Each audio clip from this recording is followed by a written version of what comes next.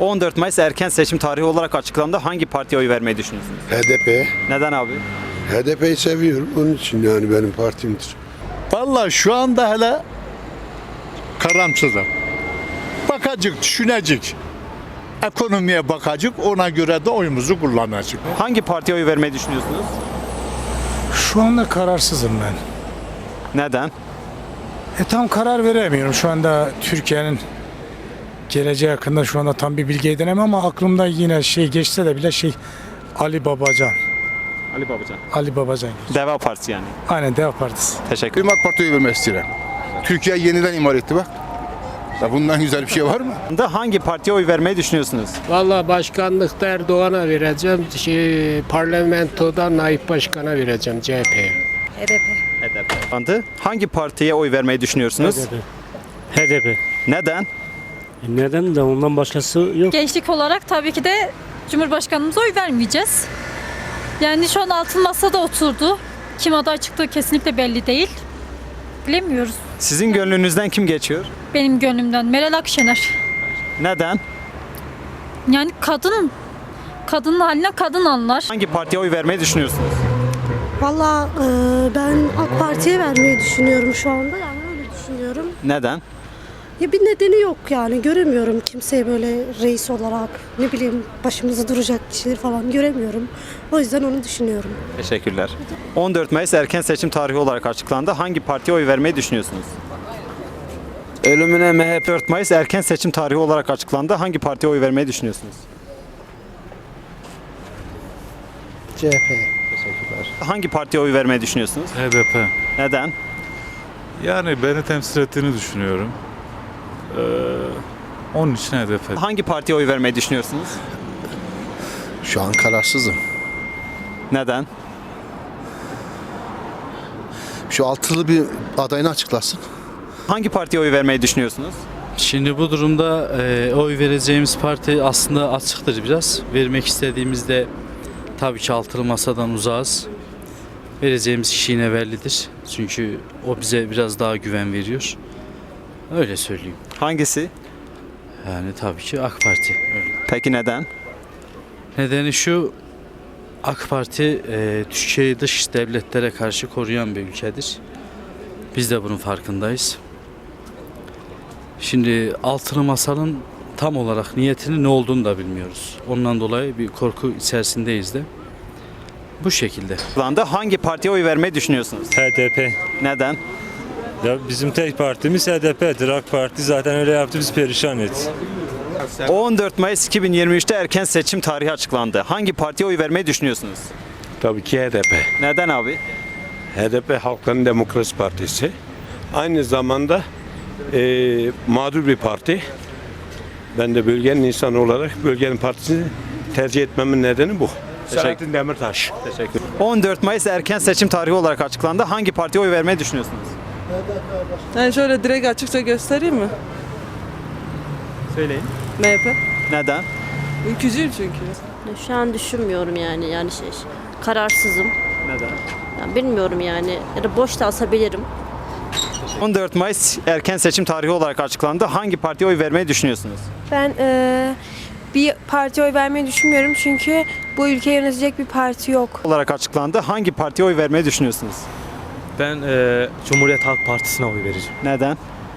Ya öyle, görüşüm öyle. Olarak açıklandı. Hangi partiye oy vermeyi düşünüyorsunuz?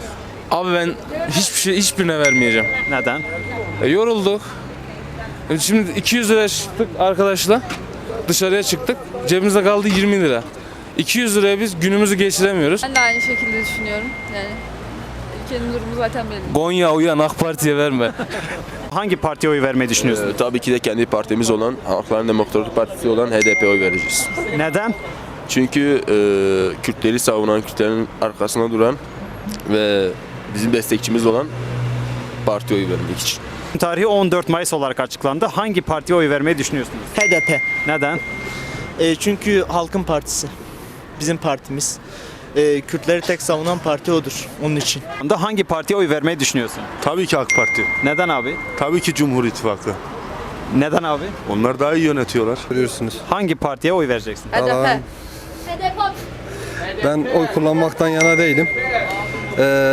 Problemin aslında bir parti değil de sistem meselesi olduğuna kanaat getirdiğim için ülkeyi yöneten hangi parti olursa olsun bizim hayatımızda değişen hiçbir şey olmayacak. 14 Mayıs 2023'te seçim tarihi açıklandı. Erken seçim olacak. Hangi partiye oy vermeyi düşünüyorsunuz? Abi Selahattin Demirtaş. HDP mi? Abi Türk'üm, Türk bayrağım var ama bıktık yani. Cezası olsun, ekonomisi olsun. Her şey yani abi sıkıntı, anladın abi. Tamam, biz sahibi kötülemiyoruz yani, her şeyi bu zamana kadar dört dörtlüktü. Yani bir son 3 yıl içinde abi bu virüsten sonra ne olduysa oldu. Sigarası olsun, pandemi olsun, her şeyde yani abi bıktık. Ceza üstüne ceza abi. Cezaevlerinden gözümüzü açamıyoruz. Yapmadığımız şeylerden cezaevlerinden çıkamıyoruz. Af istiyoruz, vermiyorlar abi. Ekmek istiyoruz, vermiyorlar. Yani bu böyle gitmez. Diyeceklerimiz bundan ibaret. HDP mi vereceksiniz? Evet abi, sonuna kadar. Selahattin Demirtaş, bunu da göstereyim yani. Elimde de Türk bayrağım var abi. Ama Selahattin Demirtaş'a oy vereceğim. Siz hocam? Selahattin Demirtaş. Neden? Çünkü yani adam Türkiye yönetecek kapasitede, yani Tayyip Erdoğan'ı düşünmüyorum. 14 Mayıs erken seçim tarihi olarak açıklandı. Hangi partiye oy vermeyi düşünüyorsunuz? Hangisinden mi, MHP'ye? Neden abi? Öyle. 14 Mayıs erken seçim tarihi olarak açıklandı. Hangi partiye oy vermeyi düşünüyorsunuz? Vallahi hiçbir partiye vermeyi düşünmüyorum. Yani gelen hiçbiri bir şey yapmayacak zannediyorum. Hangi partiye oy vermeyi düşünüyorsunuz? Cumhuriyet Halk Partisi. Neden abi? Cumhuriyet Halk Partisi bizim geleceğimizdir. Atatürk'ün kurduğu partidir. Demokrasi, insan hakları, özgürlükler için mücadele veriyorlar. Öyle bir projeleri var. Umarım iktidara gelirler. Bizi de bu zulümden kurtarırlar. Hangi partiye oy vermeyi düşünüyorsunuz? Biz HDP'liyiz biz. HDP. Neden abi? Sen başkanı Ya şimdi günümüzdeki iktidarı görüyorsunuz yani. Tabii her şey. Bir markete giremiyoruz. Gurbetçiyiz, çalışamıyoruz. Ha, şimdi valizimizi hazırladık, gurbete gidiyoruz. İmkan yok. Doğu hep böyle. Bundan ibaret. Siz neden HDP oy veriyorsunuz? Ben kendim Kürt olduğum için bir de Sağ Başkanı çok seviyorum. Ondan yani. Hangi partiye oy vermeyi düşünüyorsunuz? HDP'yi düşünüyoruz. Neden abi? HDP dürüst partidir, bize daha yakındır. Ona sebep biz HDP'ci.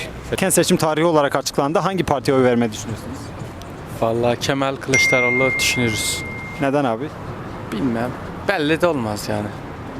14 Mayıs seçim tarihi olarak açıklandı. Hangi partiye oy vermeyi düşünüyorsunuz? Vallahi parti olaraktan söylemiyorum da başımıza geçsin de ne yaparsa yapsın. Hangi partiye oy vermeyi düşünüyorsun? Neden? Nasıl neden? Tayyip bizi perişan etti kardeş. Dir ben Müslümanım, cezaevinde 17 tane mahkumumuz var, hele bir tane yasa vermedi. Ulan Müslümana eziyet etmez dirsin, kendi nedirsin? HDP'ye oy ver. Gelsin beni tutuklasın, ben evdeyim. 14 Mayıs erken seçim tarihi olarak açıklandı. Hangi partiye oy vermeyi düşünüyorsunuz? Vallahi hiçbir partiye de oy vermeyi düşünmüyorum. Enflasyon başını alıyor. Kiracı, 2 tane çocuğum üniversite.